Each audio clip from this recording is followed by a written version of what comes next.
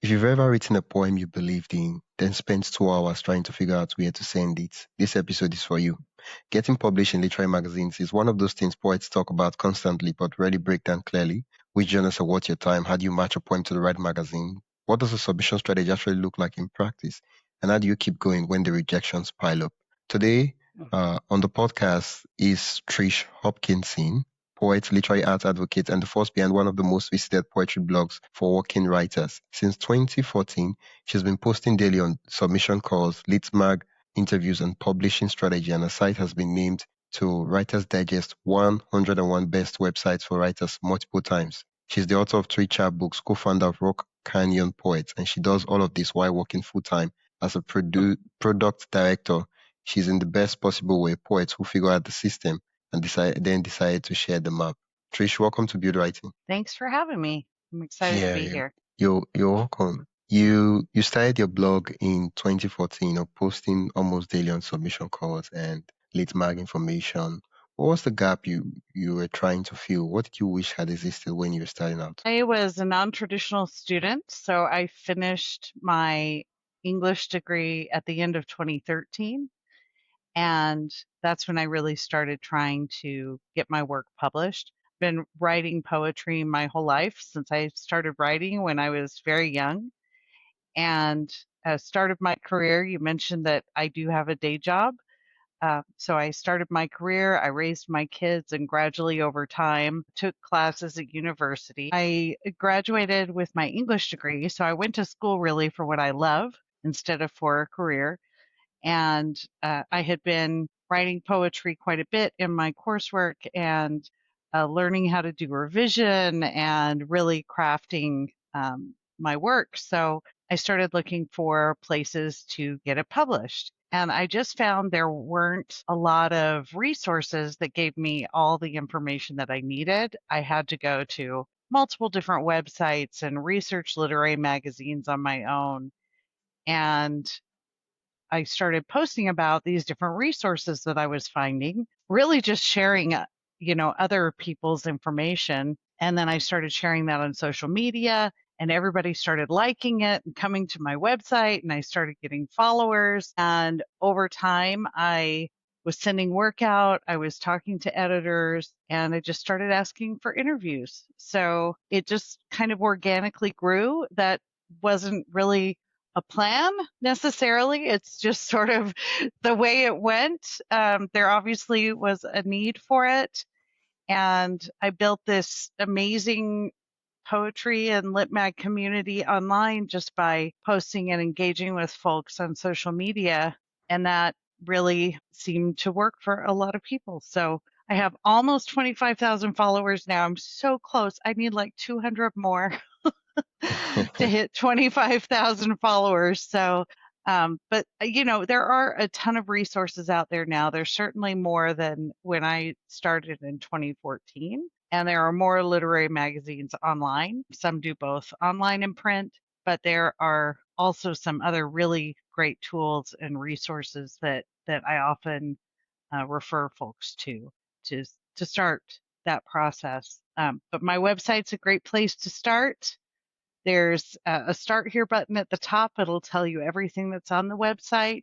And then there are a lot of different posts I've put up about how to submit, strategies to submit, as well as all of the different markets and all the lit mag interviews and calls that I put in. Your blog is called A Selfish Poet. There's something almost provocative about the name for the site that gives so much for free. What's the story behind it? Yes, it ended up being kind of tongue in cheek, but Selfish Poet came from a poem that I wrote when I was kind of going through that, transition of figuring out what poetry was to me and why I write it. And when I started submitting, I thought, well, it would be great to be published, but that's not really why I write poetry. I write poetry for me because without using that creative outlet, I'm just not satisfied.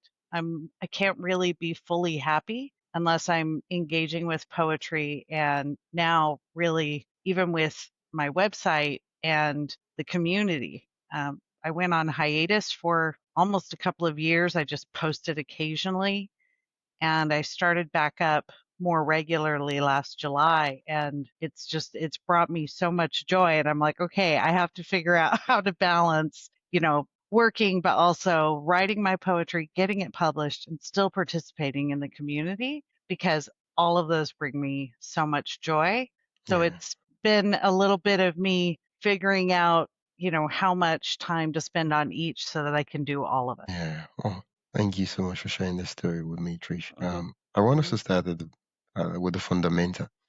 A lot of poets get this wrong. How do you figure out which literary magazines are actually right for a specific poem? What's your actual Mm. process look like? Sometimes there are specific clues, and sometimes if I believe in a piece, I just send it to the ones that I admire. Really, I think when you're starting out, there are some, I would say, more friendly journals and lit mags that are a little bit more open in their process, and they publish more of the poems that they receive than, say, a top tier. If you're going to start by trying to send to poetry, Yeah. you will probably get a lot of rejections before they ever pick up a piece. Plowshares is a big journal, it's great and it would be awesome to be published there, but it's kind of difficult to get in. A lot of these larger markets really only publish less than 1% of the submissions that come in. So it's a very competitive market. University journals are a really great place to start. The journals and lit mags that are funded by universities and run by university students or sometimes the master's students at a university, they take a lot of care with your work and they're passionate about it. And they have, support from the university. So they usually stick around for a really long time, which is nice. And they have a captive audience. So all of the creative writing students that are going to that university are reading that journal. So it's a really great way to get your work out there. They often publish, they accept more work. So their acceptance rate could be anywhere from 5% to sometimes as high as 20%. So you have a much better chance of getting published. And it's a good way to just practice. Another good way is to look for newer journals and literary magazines that maybe aren't getting quite so many submissions. It's really fun to be published in a first or a second or a third issue and Yeah. then go back and you follow that journal and literary Yeah. magazine as it goes, and later it's got all these big names of people that now you've been published in the same journal that these bigger names have been published in. I think that's really exciting. Oh, So that's a great place to start if you're just getting started out.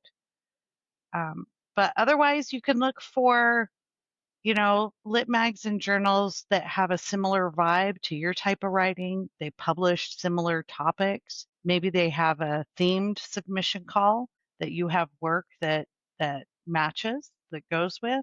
So you can look for things like that. And certainly if you check out a journal or a lit mag and you don't love their website, or it just doesn't look like something you'd be proud to, show to your peers or your family, or then skip that one. There are thousands. So you really can't find the ones that kind of have the aesthetic that you appreciate. yeah. And, reading their guidelines, you usually kind of get a feel for what the editors are like. You get a little bit of their personalities. So I mean, honestly, if you love a piece, you don't need to look for, the perfect journal that publishes work just like that. Often they are just looking for something different, something new. Sometimes they want topics that they haven't seen before. So if, there's a literary magazine or a journal that you really admire, send to it, especially if they don't charge fees. Don't Yeah. pay fees. Don't pay fees to submit unless you are considering it a donation and you really love what they're up to, then, that's fine. But when you're first starting out, there's so many no fee submission calls out there. You really don't need to, spend your money on trial and error or practice. Yeah. The Oh, the more you send out, the better your chances that you'll find the right fit. So it's really better to send more and avoid fees. Like I said, unless it's really, I will pay fees sometimes if it's I really like what they're up to, and I do consider it just a donation. Okay. And so even though you don't get published, it doesn't really matter because then it's like, oh yeah, I would have donated to the magazine anyway. So yeah. Yeah, you're supporting them a little bit. I've even done tip jar ones because I'm like, yeah, I know these guys and I like what they're up to. So, I'm gonna send them a few dollars via the tip jar. And that works great. There's just really no reason to pay fees unless you really want to support the project. Yeah. University literary magazines, there's something you touched on earlier on while you responded to a previous question. You also wrote about it recently on your blog. Put together a list of 42 of them. Why do you think poets underestimate those as targets? I mean, prior to this uh, interview, when I think of magazines, like, oh, university magazines, I don't even think about that.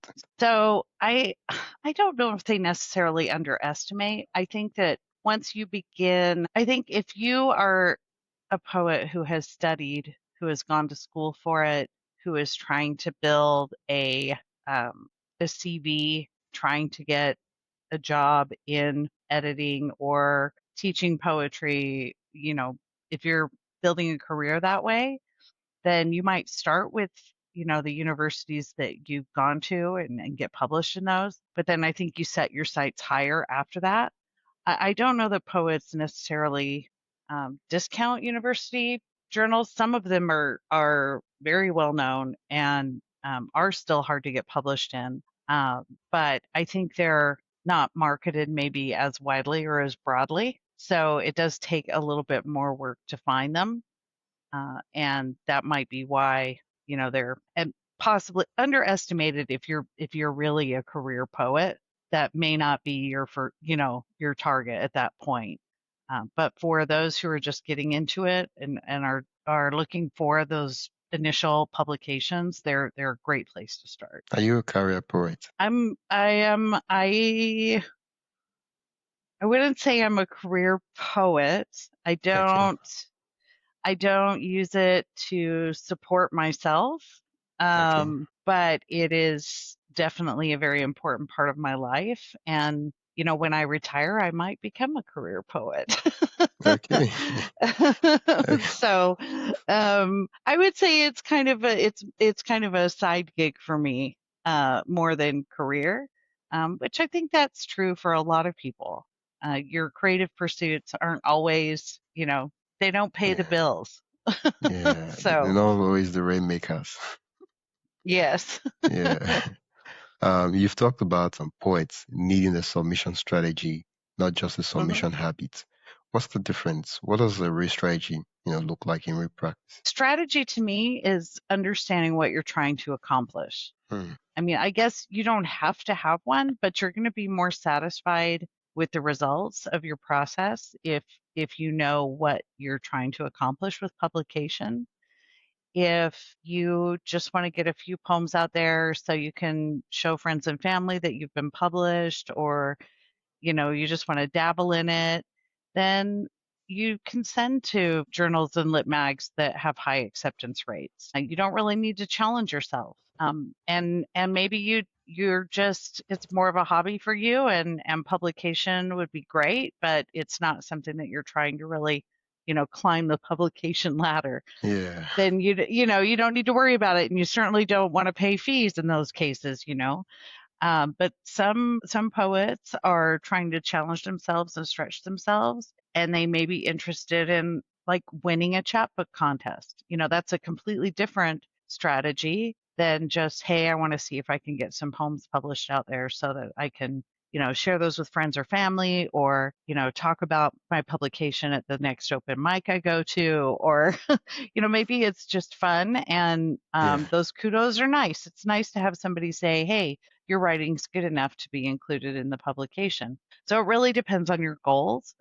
If you are testing, maybe you are putting together a chapbook manuscript or a full length poetry book, and you want to see if you're on the right track. You might start with higher tier journals and lit mags, kind of see, are any of them taking any of the work? So maybe you send out to top tiers, maybe you pay some fees, test the Yeah. waters, and then if all of those come back without publication, then you can kind of take a step back and start sending to like the next level, the mid tiers. That is essentially my approach. Usually, is I have my current work that is my favorite work that I really really believe in, and I send it out to my dream journals, my dream lit mags, just to see. Maybe I'll get lucky. Maybe, and that has happened a few times, and it's very exciting when it does. But I usually start there, and then I'll gradually, send to some markets that aren't quite as competitive or difficult to get into.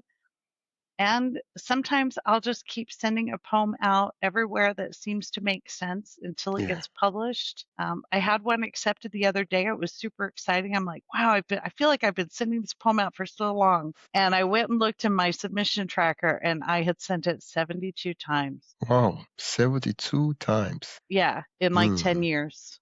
Uh-huh. Wow. Because I loved this poem. I believed in this poem, and it just kept getting rejected, and I just kept putting it in packets and just kept sending it out because I loved the poem. And finally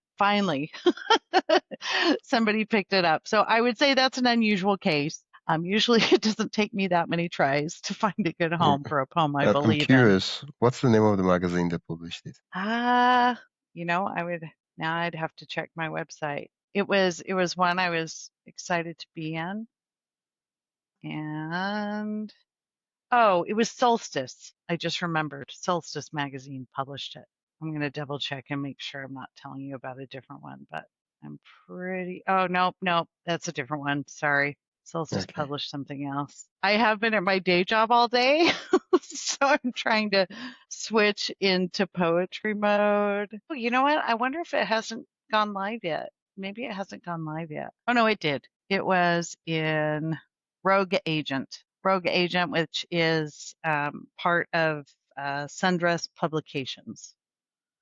And I'm actually about to post an interview with Sundress Publications, probably this evening when we finish or tomorrow. They have Yeah. Okay. a free call for submissions of poetry manuscripts that it will be free through June 15th. So that interview will be going live. I don't know when you're going to post this, but that'll be going live tonight or tomorrow. That would be lovely. You mentioned a submission tracker you've been using for like the Hmm. past 10 years, even more. Hmm. What are you using for that? There are really two main submission trackers. The one that I'm currently totally in love with, but I don't use yet because all my history is in a different one, is Chill Subs. Chillsubs.com. It's ChillSubs.com. And their submission tracker is free and will always be free. I've interviewed them on my website a couple of times. They're great, great folks. The site is very modern and young feeling. I don't know. It's fun. They're young folks, and it's a nice, modern, like refreshing, kind of fun way to approach Yeah. submissions. So they have a free tracker, and they haven't been around for as long as Duotrope. Yeah. So they don't have quite as large of a database, but they're growing all the time. They're doing a really good job at Chill Subs. Duotrope is the one that I've been using since 2014. All my history's in there, and there currently isn't really a way to extract that and import it into Chill Subs. So I sort of, I mean, I use Chill Subs for other things to look at all their different fun categories. You can go to their website and just sort of browse through, and they have different lists and different ways to filter the journals and lit mags Yeah. based on, where you want to submit. So Chill Subs is super fun. I recommend that as a great starting place because it's Duotrope is kind of more old school and not as fun to look at and much more like task based. So Yeah. Wow. How many poems do you think a poet should be sitting on before they start actively submitting? Like, this is a relevant question for someone who's just getting started. I don't know if there's a set number necessarily. You could have potentially, maybe you have 5 poems that you have worked a lot on, And that's really the catch. I would say it's more around, have you spent time on your craft? Have you done some revision? Have you read them at open mics? Have you shared them with other poets to get feedback? It's more about taking the time to craft the work and having the sense, having read enough poetry that's being published to know whether you're in the right ballpark. If your poetry is, you think, as refined as some of the work that you read in journals and lit mags or poetry books. So, I have worked with spoken word poets, slam poets, Yeah. who then decide, I love performance, but I want to get my work on the page. And they may have, a dozen poems that they have memorized and worked over and over and over and taken to competitions and things like that. So they may not have a large number of poems, but they have been working on their craft for years, right? So when they go to put their poems on the page, working with them to kind of understand that, okay, you got to think about the form, how it looks, how do you punctuate? How does everything, turn into a poem that is ready for print publication or online publication? So I don't know that you need to have a lot. I think it's more around practicing craft. You can write, listen, I wrote 1,000 poems before I turned 18. Okay. I have them all in a box. Yeah. None of them are good enough for publication. So I had 1,000. That doesn't necessarily mean, the number of poems doesn't matter. Oh, wow. The number of poems doesn't matter.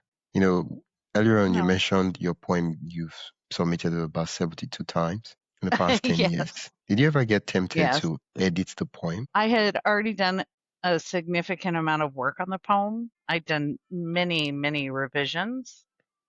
And like I said, to me it was finished and I believed in it. So I don't typically revise. I don't typically send out poems that I feel might still need revision, unless it's for like a themed call or something like that. Usually I'll sit on a poem for a while and revise a poem many times before I go, okay, I think we're good. I think it's doing everything I want it to do. Now I can start sending it out. So Yeah. I mean, to me it was done, and that's why I kept trying. I didn't even realize how often I had sent it. I just wanted that one published because I felt like it was good and done. Yeah. Well, There's nothing wrong with revising if you send, especially if you're working on a collection. If you send out a poem, 5, 10 times and it's just not getting picked up, it's not getting publication. It could be an incredible poem. It just wasn't the right fit for those editors in that market. But it also could be that it's time to, look at it again with new perspective. yeah. I mean, I feel like there's a thin line, invisible line, where you submit a lot of work and you don't really know if it's the work or, or if it's the magazine. So you don't know if maybe your work is just terrible and you need to work on it, or maybe the magazine don't really, it's not the right thing poem for them. So my question Right. is, how do you just realize that okay, the poem is great and it just needs to find the right house or right place rather than trying to restructure it and change it to make it better? Workshop groups help immensely. So if, find your people, find other poets. You can join writing groups. You can find them online. You can find revision workshops online. But really, getting feedback from other poets is, for one, it's super fun. I love workshopping. I love revision. I love working with other poets and giving them feedback and hearing what they think about my poem. So, when you're working with, if whether you go to a writing group or you just read it at an open mic, whether it's online or in Yeah, person, that type of community can really help you craft your work. If you really just want to get serious about it and pay an editor, you certainly can do that. But, I'd say do the free stuff first. get some of that initial feedback. Some of the questions that I like to ask when I'm running a workshop group, we usually start out by saying, okay, what is this poem about?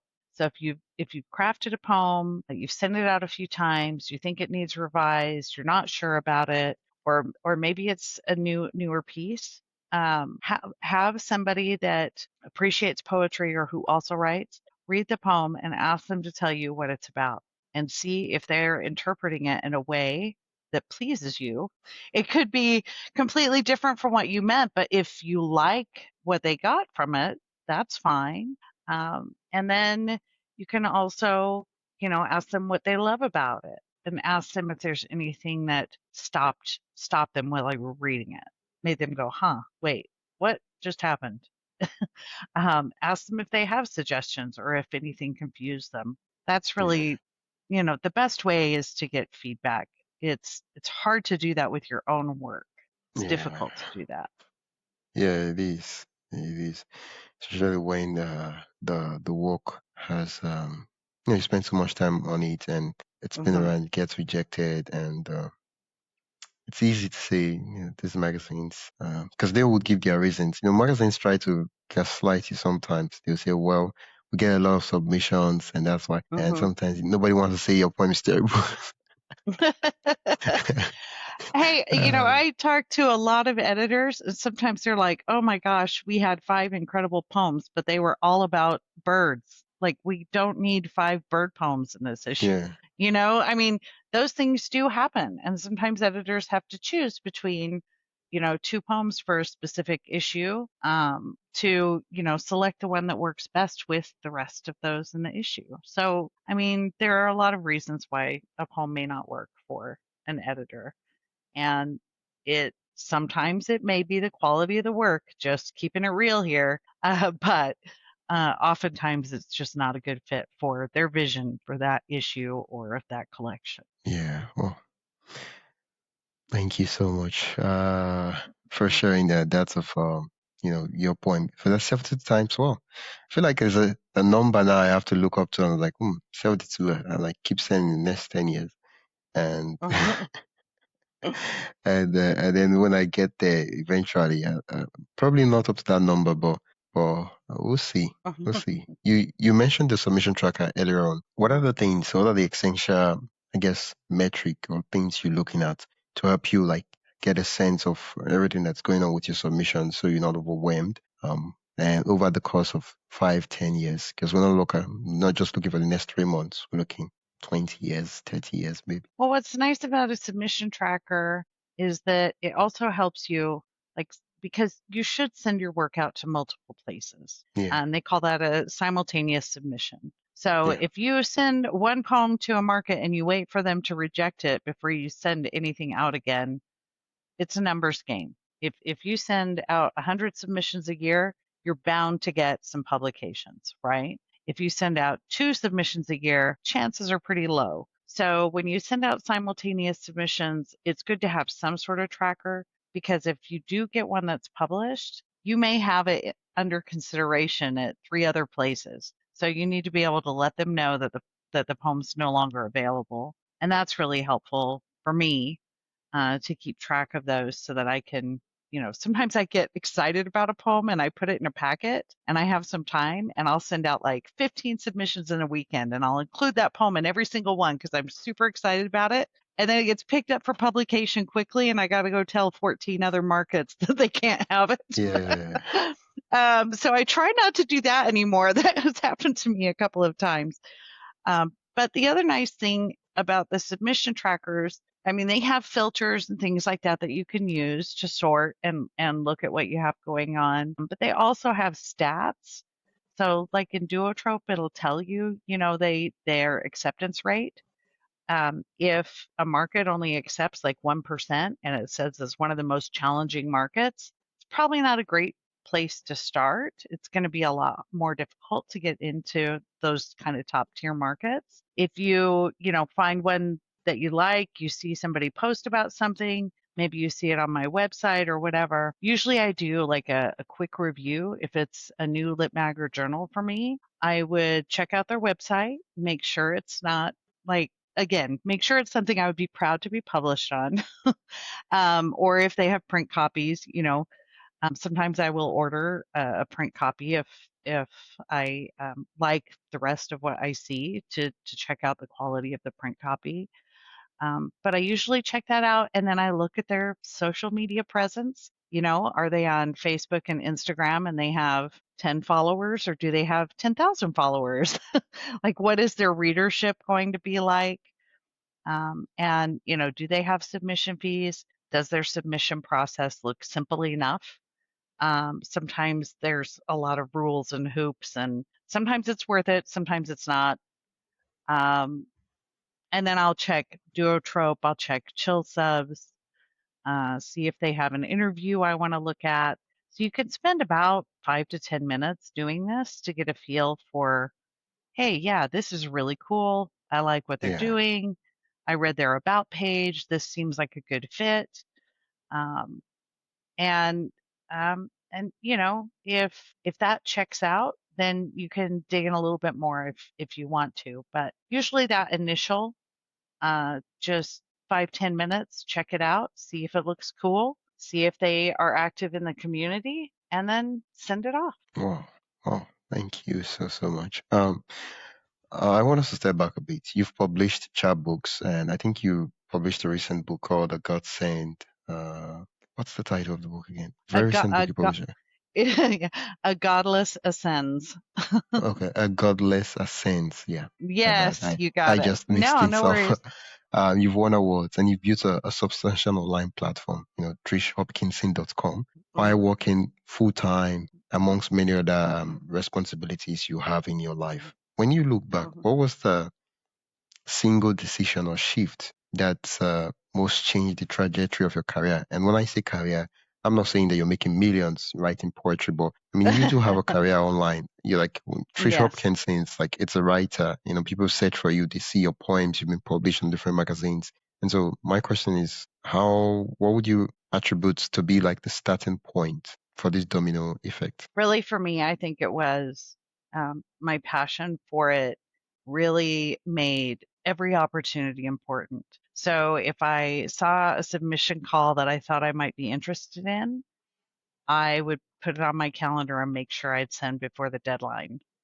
If I read, an article or an editor interview, or I saw a workshop I wanted to go to, I Yeah, just took advantage of every single opportunity, and that really just sort of had a snowball effect. It just kept growing and growing and growing. And I still sort of operate that way. I really just, if there's something that just like this podcast when you reached out to me, yeah, I just act on those opportunities. And I think if you can find a way to organize yourself to what you want to accomplish, right? We talked about that, like with a strategy. What are you trying to get done? And then look for those opportunities. And when you find them, act on them. Make sure that you act on them. And I think that's really what helped me create this larger community and get to meet all these amazing poets and editors. I mean, I feel very fortunate to know some of the people that I know. So just taking advantage of opportunity is probably the one thing yeah. that I think really just gave me all that momentum in the first place. Yeah, I mean, in this case, the fact that you're visible, I mean, I saw you online. It's not like I knew you before this Hmm. interview. And I was like, oh, yeah, I'd Hmm. love to interview Trish. And I messaged you, right? And versus if you were not online, maybe you're doing something else, I won't know Trish and I won't reach out to you to interview you. And Hmm. so this interview would not be happening. Right, right. And, the more that you do that, the more connections you make. And I've done my own interview series for Telltale Poetry, where I reached out to some great editors, not knowing if they would, they've worked with me a little on my site or whatever, but I assume, oh, they're probably really busy. They're probably going to tell me no. Nope. They all said yes. It was Yeah, awesome. you know, um, so, I mean, those connections are really important because they do continue to create opportunity. So and they're, like I said, I mean, I've been very fortunate to just be able to engage with incredible creative people who are very passionate about literary work as well. And that's just extremely rewarding. Yeah. Oh, thank you. Your site features hundreds of interviews, as you mentioned earlier on, with literary magazine editors. What's the thing editors want poets to know that poets consistently don't seem to hear? I think the thing that I hear the most is to read the submission guidelines. If they ask for 3 poems, don't send 10. That is definitely one of the most, but maybe more obvious. Oftentimes, they're looking for things that they don't see as often. I see a lot of editors asking for mixed genre, like maybe they would like to see more prose poetry or more haibun forms, or, maybe they are interested in visual poetry and publishing visual poetry. So sometimes there are different literary magazines and journals will be looking for they want more of this thing that is so great that they rarely get. That's one of the questions I ask in my interviews is like, what is it that you're not getting submitted? Um, I think visual poetry comes up quite a bit, mixed media type stuff. People want to see more creative work along those lines, hybrid forms and things like that. They're always looking for something a little bit more unique than maybe what is being published commonly. There are some trends in poetry forms and other things, but I think for the most part, what they want is they want poets to be polite, to read the guidelines, and to send work that has been well crafted. They're looking for something that feels like someone really took the time in revision and paid attention to every word choice, every comma. Those things are apparent. I mean, you can see them in truly finished work. So I think that's what they're looking for the most part. Yeah, well, mixed media, things like visual poetry, Mhm. spoken word. Uh, Yes. yeah. How often have you been asked to recite your poems, your published poems, like from the publishing magazine? Some do publish with audio recordings, so they'll ask you when they publish the poem. It's usually like an option. If you wouldn't mind, could you also send audio? We do publish audio. Yeah. But like when my book came out, then I looked for different places where I could do readings to promote my book. So I didn't do like an official tour because I don't really have the time for that, but I did booked several readings in my region the first year that the book came out, and then I've done other readings. I've been featured at open mics and things like that, which is always really fun to be asked to come read. I've read in a couple of more theater type settings that were super cool. um, so a lot of that has to do with kind of the networking aspect too. As I mentioned, having a presence like you talked about, being online so that, you're recognizable, but also looking for, you don't have to do a full website like I do and post daily for 8 years like I did, which when I was, yeah, wow, that got me tired. I did get tired. But having some sort of online presence, um, and seeing if you can find ways to contribute to the literary community in some way.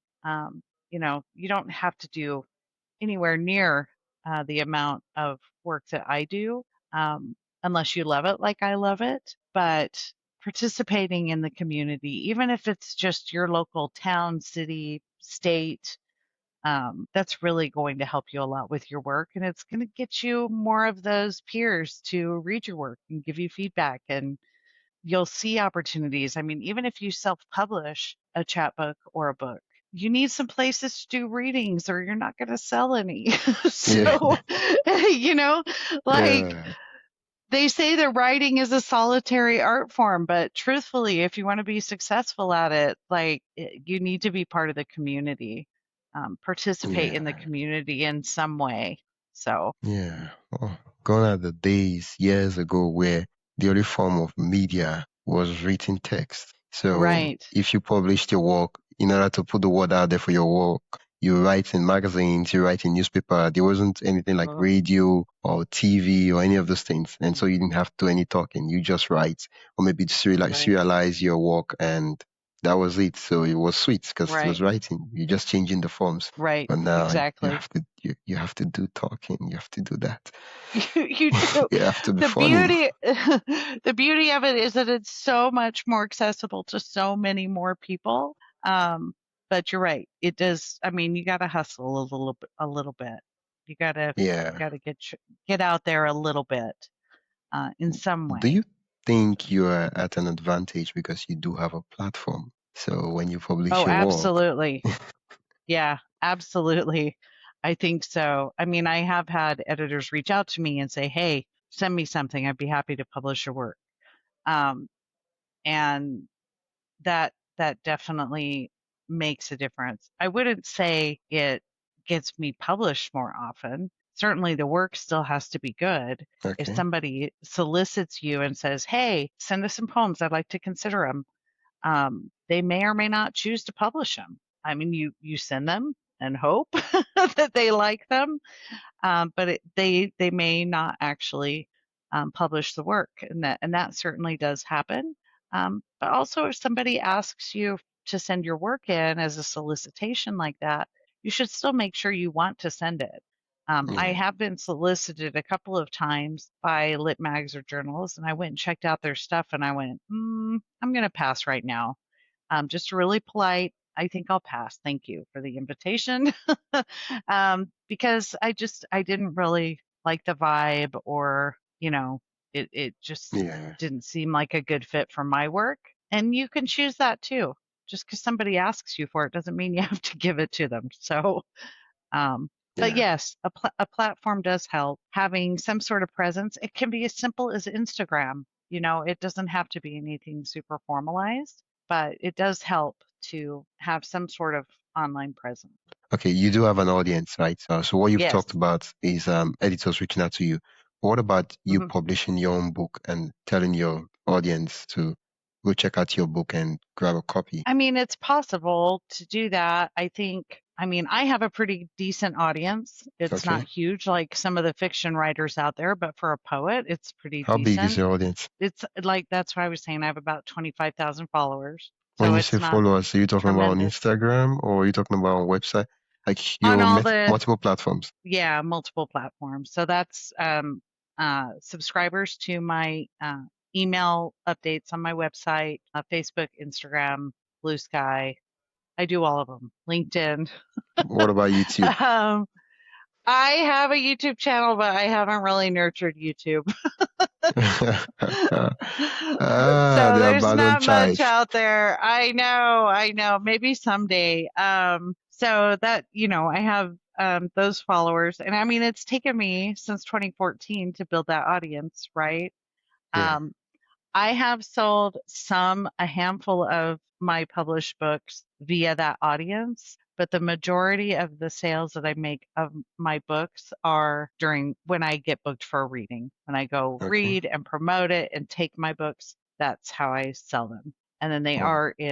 there are a couple of places that the my last book was published by a press here nearby me, and they have a beautiful bookstore and they sell my books. And then there's some distributors that have my books as well. So, but yes, like I thought with my first full length with the audience I have online that I would just sell so many.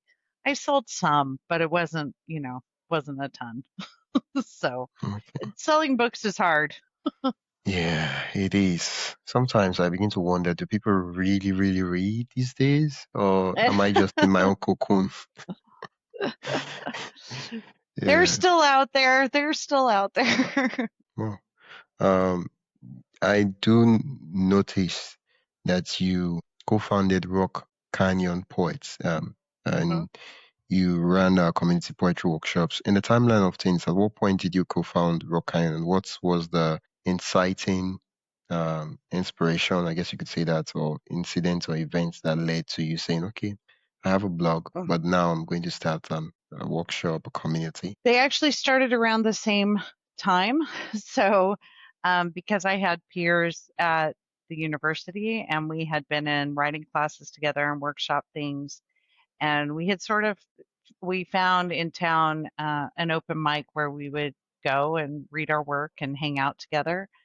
And when school ended and we didn't have that platform anymore, we were, to workshop and work on our craft. We would go to this open mic and kind of hang out. And after a few months, we were like, gosh, I kind of miss workshopping. Like, so a friend of mine that had been in classes with me in university and I got together and we were like, well, let's just start a workshop group.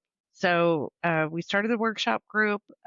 We checked with a local bookstore that had meeting space, and they were happy to have us at no cost. So we started meeting there once a month to workshop our work. And we initially started out with about 10 of us, just kind of word of mouth, people we knew from school. And then over time, we've, had folks that have applied to be members. We kept it really just to our town initially, and then people started moving away. But we have about, I think we have just over 50 members now, and we still meet. We meet online now twice a month since the pandemic. But every once in a while, we'll still go back and do a reading at that original bookstore where we started. They still like us, so that's been kind of fun. But Yeah. we've Oh, had other opportunities to do readings and things too at other bookstores and at art festivals and things like that. But that's really, I mean, almost every single poem I write gets workshopped by that group. So it's a good way to get feedback and figure out what you need to do when you know something's not working. does it cost money? The only thing that we have that costs money for our group is we have a workshopping site that we log onto. It's a software platform or website platform called Wet Ink. And Could you say that there's again, a please? Wet Ink, WETINK, and it's really a larger platform for classrooms and classes and teaching. But I came across them in a workshop that I took, and I reached out to them and asked them if we could just use the workshopping part. Could we just use the workshopping part?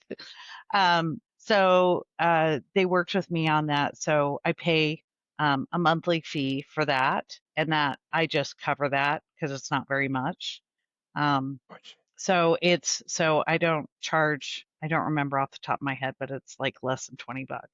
Okay. Okay. I don't now. I don't know what they would charge somebody now because it's a much bigger platform now. I may be grandfathered in, Yeah. so um, and they've been great to work with over the years. So that's where we post our poems, and it's behind passwords, so it's private, right, just to our group. And so we don't charge membership fees or anything along those lines.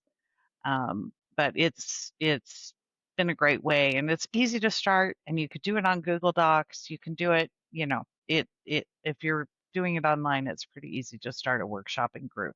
Just got to get a few poets together and pick a time to meet every month. Yeah. Just have to get a few points together. And Yes. with the tools available, you start one virtually, which is kind of super Hmm. easy because It now, is. yeah. Oh, thank you for the recommendation. Because so that you can workshop the poems and give feedback on. Because I feel like when you give feedback on other people's poem, kind of it's easier because you're objective. You don't have any emotional connection to it. But then when it's your poem, you're like, I spent a lot of time on it. Like I feel like I love it the way this is. Yeah, uh, usually it's the opposite for me. I'm like, it's just there's something not right still. I don't know there's something wrong here. I don't know how to end it. I feel like I'm missing something. So, um, it's nice to get confirmation when you are on the right track and you're not sure. But it's also good to get feedback around. Sometimes it's as simple as, "Yep, you're right. That ending's not working." I'm like, "Oh, I have to keep trying." But that some sort of confirmation or validation that you're on the right track can be helpful. yeah. Thank you so much, Trish. I do have one last question to ask, and Okay. it's a question I ask all my guests, and that is, Mhm. Why do you write poetry? I write because I have always loved words. And when I took a break from writing, I missed it. And when I started writing again, I felt like a complete person again. So it's part of who I am. And yeah, that's why I'm a selfish poet, because I write because it makes me happy. It brings me joy. It makes me a whole person. And all this other stuff is just extra. Yeah, thank you so much, Trish. Where can listeners find you and also follow your work and check out the resources you've built? So at trishhopkinson.com, or if it's easier to remember, selfishpoet.com will also take you to my website. And yeah, click on the start here. There are tons of other writing resources. You can check out the menus along the top. You can subscribe. I only need a couple hundred more followers to hit my 25,000 mark, which would just be awesome. And then I do post. Now I'd probably say it's 4 or 5 times a month, give or take. Just as things come up, I share those on my website, mostly editor interviews, occasional guest blog posts with lots of craft tips and other things. So Yeah, thank you so much. Once again, the site is trishhopkinson.com. I'll put the link in the description so listeners can click and go directly to the site. Thank you, Trish, for sharing your submission process. And it's been a lovely conversation. Thank you. I agree. Thank you for having me. You're welcome. Stop the recording. Thank you for listening to BuildWriting. If you enjoyed today's episode, please subscribe wherever you get your podcast and share it with a friend who loves poetry and creative writing. Leave us a quick review or rating. It really helps others find the show. You can also connect with me, and I'd love for you to subscribe to the newsletter. I send all the behind the scenes things I'm experimenting on and things I'm working on in terms of creative writing. Yeah, it'll mean a lot to me. And I share the writing prompts, behind the scenes, pics, and more. Yeah, a lot of things. And if you have any questions or ideas, feel free to reach out to me, and I'll be sure to respond. Love to hear from you. Next week, we'll be diving into something really, really amazing. And you have to tune in next week to find out what that will be. Until next time, keep writing, keep building your craft. See you next time.